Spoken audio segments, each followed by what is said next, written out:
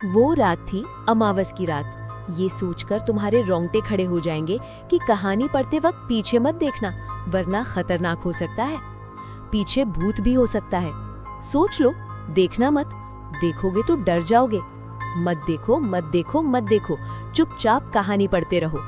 देखो, कहा था ना देखना मत। देख लिया ना, कुछ भी तो नहीं था। मगर डरे ना। इसी तरह के भय को ही तो डर कहते हैं। डर एक ऐसी चीज बनाई है भगवान ने कि पूछो मत। बस हम लोग डर डर के जीते जा रहे हैं, जीते जा रहे हैं। जाने कब ये डर खत्म होगा। शायद मरने के बाद, क्योंकि मरने के बाद तो सारे डर खत्म खल्लास हो जाते हैं। देखो, ये सब बकवास है।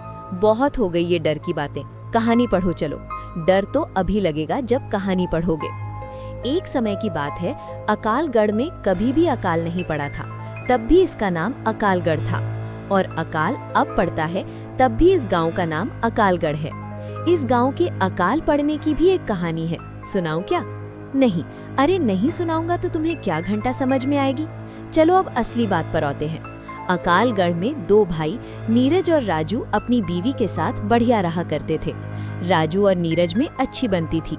नीरज का विवाह नहीं हुआ था, पर होने वाला था। कुछ दिनों बाद नीरज की भी शादी हो गई।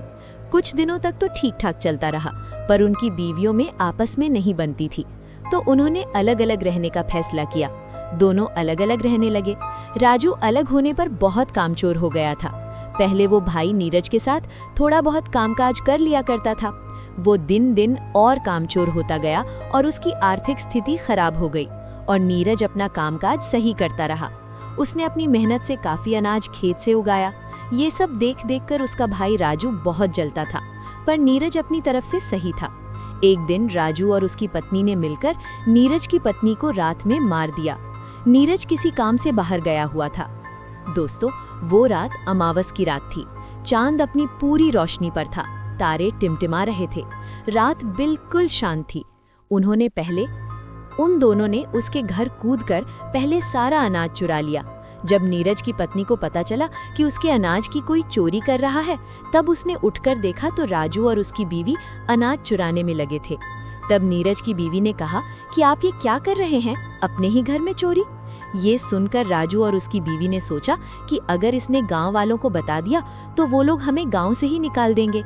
इस डर के मारे उन्होंने उसकी पत्नी को मार डाला और दूर जंगल में गाड़ के आ गए। सुबह जब नीरज घर पहुंचा तो देखा कि उसका अनाज नहीं है। थोड़ा बहुत बचा था, वो बिखरा पड़ा था। जब उसने अपनी पत्नी को आवाज लगाई, पर कोई जवाब नहीं आया। उसने सारे घर को छान डाला, पर वो कहीं नहीं मिली। फिर उसने अपनी भाभी से पूछा कि मेरी बीवी कहाँ गई, तो उसने हड़बड़ा के बोला, मुझे नहीं पता, कल शाम तक तो घर पर ही थी। इतना पूछकर उसने पड़ोसियों से पूछा तो किसी ने कहा पता नहीं, और किसी ने बताया शाम तक तो घर पर ही थी। वो बहुत घबरा गया और कुछ लोगों को बताया कि घर का सारा अनाज किसी ने चुरा लिया है और मेरी बीवी का भी पता नहीं है कि कहाँ है। उसने घर जाकर फिर देखा तो उसे उन गेहूं से एक चाकू मिला और कुछ खून भी पड़ा था। उसे सब कुछ समझ में आ गया कि उसे किसी ने मारकर सारा अनाज चुरा लिया है। तब उसने अपनी छत पर जाकर देखा तो उसे कुछ अनाज भी गिरा मिला। तो उसे अपने भाई राजू पर शक हुआ, पर नीरज वैसे भी अपने भाई राजू की बहुत इज्जत करता था, इसलिए उसने कुछ नहीं कहा। तब एक दिन राजू ने कहा कि तू अकेला मत रह, हमारे साथ ही आ जा, हम साथ ही रहेंगे। वो राजू को मना तो नहीं कर सकता, इसलिए वो उसके साथ मन मार के रहने लगा। गांव के कुछ लोग उसकी बीवी को गंदी औरत कहने लगे और कहते थे कि सारा अनाज लेकर भाग गई। बेचारा नीरज अकेला रह गया, चुड़ैल कहीं की।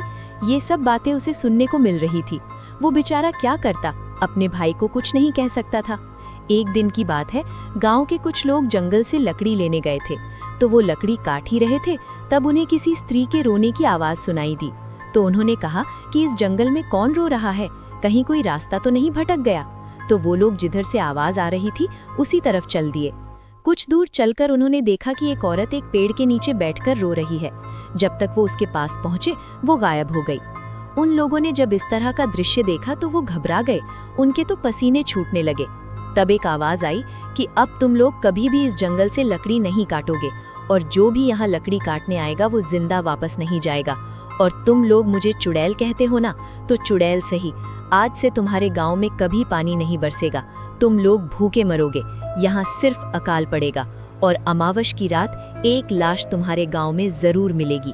जाओ, तुम सब गांव वालों को जाकर बता दो, आज से 3 दिन बाद अमावस है, एक आदमी की मौत जरूर है। जिसने भी मुझे मारा है वो बचेगा नहीं। मेरा अनाज खा करके मुझे चुड़ैल कहते हो? गांव वालों, मैं तुम्हें छोड़ूंगी नहीं। आज मैंने तुम्हें बख्श दिया। जाओ जाओ जाओ, चले जाओ मेरे जंगल से, मुझे अकेला छोड़ दो। जाओ, मुझे तैयारी करने दो, जाओ। और फिर रोने लगी।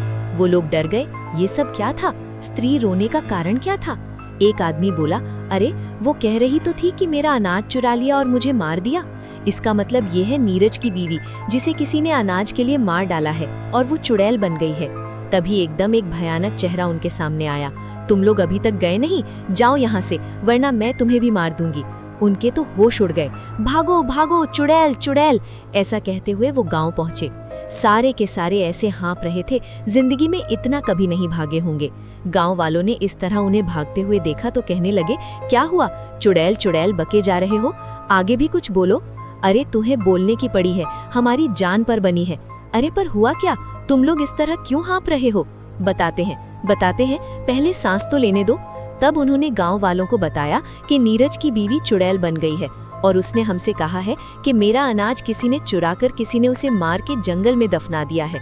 और वो कह रही थी कि अब तुम्हारे गांव में कभी पानी नहीं बरसेगा और हर अमावस्या को एक आदमी की मृत्यु होगी।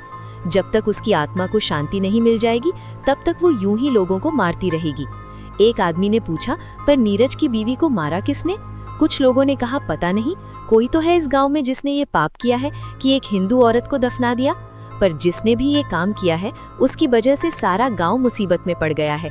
ये बात सुनकर राजू भी वहां पहुंच गया और सब बातें सुनकर उसके होश उड़ गए और वो घबरा सा गया और कहने लगा, वो चुड़ैल कोई और होगी, वो चुड़ैल नहीं बन सकती, वो तो अनाज लेकर भाग गई है। कुछ गांव वालों ने कहा, वो तो अमावस्या को ही पता चलेगा कि किसने उसकी हत्या की थी। चलो अपने अपने घर जाओ सब लोग, जो होगा देखा जाएगा। राजू के चेहरे पर तो 12 बज ही गए थे और वो भागता हुआ अपनी बीवी के पास पहुंचा और बोला कि हम लोग अब नहीं बचेंगे। आज से 3 दिन बाद अमावस्या को वो चुड़ैल हमें मार डालेगी। वो बोली, तुम पागल तो नहीं हो गए? तुम्हारी तबीयत तो सही है, क्या हो गया है? चुड़ैल हमें मार डालेगी? कौन चुड़ैल? अरे वही नीरज की बीवी जिसको हमने मारकर जंगल में दफना दिया था। क्या? हाँ, वो सारे गांव वाले कह रहे थे। नीरज ने ये सारी बातें छुपकर सुन ली थी और अनजान बनकर बोला, भैया इतना डरे हुए क्यों हो? कौन तुम्हें मार डालेगा? राजू, अरे नहीं, वो तुम्हें तुम्हारी भाभी को उस चुड़ैल के बारे में बता रहा था। फिर ये सुनकर नीरज चला गया, पर राजू की रातों की नींद खराब हो गई। वो बहुत डरा हुआ था। वो सपने में भी उस चुड़ैल को देखकर डर जाता था। वो और उसकी पत्नी बहुत परेशान थे। उसकी पत्नी सोचती थी कि पहले वो मुझे मारेगी और वो अपनी सोचता था। दोनों ही डरे हुए थे। उन्हें समझ में नहीं आ रहा था कि क्या करें। 2 दिन ऐसे ही निकल गए। तीसरे दिन अमावस थी। सारा गांव डरा हुआ था। सब लोग यही बात कर रहे थे, पता नहीं आज किसकी मौत है। शाम होते ही सब लोग दरवाजा बंद करके सो गए। रात के 12 बज गए थे। सारा गांव जाग रहा था। नीरज तो बेफिक्र होके बाहर ही सो रहा था। गांव वालों को तो उस मनहूस घड़ी का इंतजार था। सारे गांव वाले डरे हुए थे। कुत्ते भौंक रहे थे, पता नहीं कौन सी कयामत आने वाली है। अचानक किसी स्त्री के रोने की आवाज सुनाई दी। सारे लोग डर गए।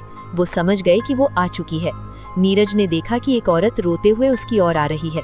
बाल बिखरे हुए, चेहरे पर चांदनी रात में उसकी आंखें चमक रही थी। वो पहले तो डरा। वो उसके पास आकर बोले, तुमने मेरी खबर तक नहीं ली कि मैं कहाँ चली गई हूँ? तुम भी इन गांव वालों की बातों में आ गए। तुम्हें पता है, जब तुम उस दिन बाहर गए थे, उस दिन इन लोगों ने मुझे मारकर सारा अनाज चुरा लिया था।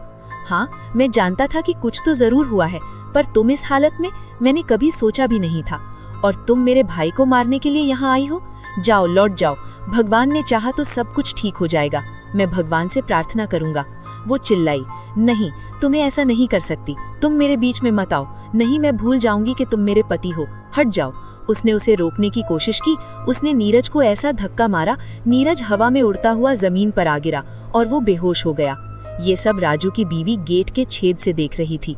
उस चुड़ैल ने गेट में धक्का मारा और उसकी बीवी के बाल पकड़ के बोली, चुड़ैल तो तू है, तूने मेरा सब कुछ छीन लिया, अब तुझे नहीं छोड़ूंगी।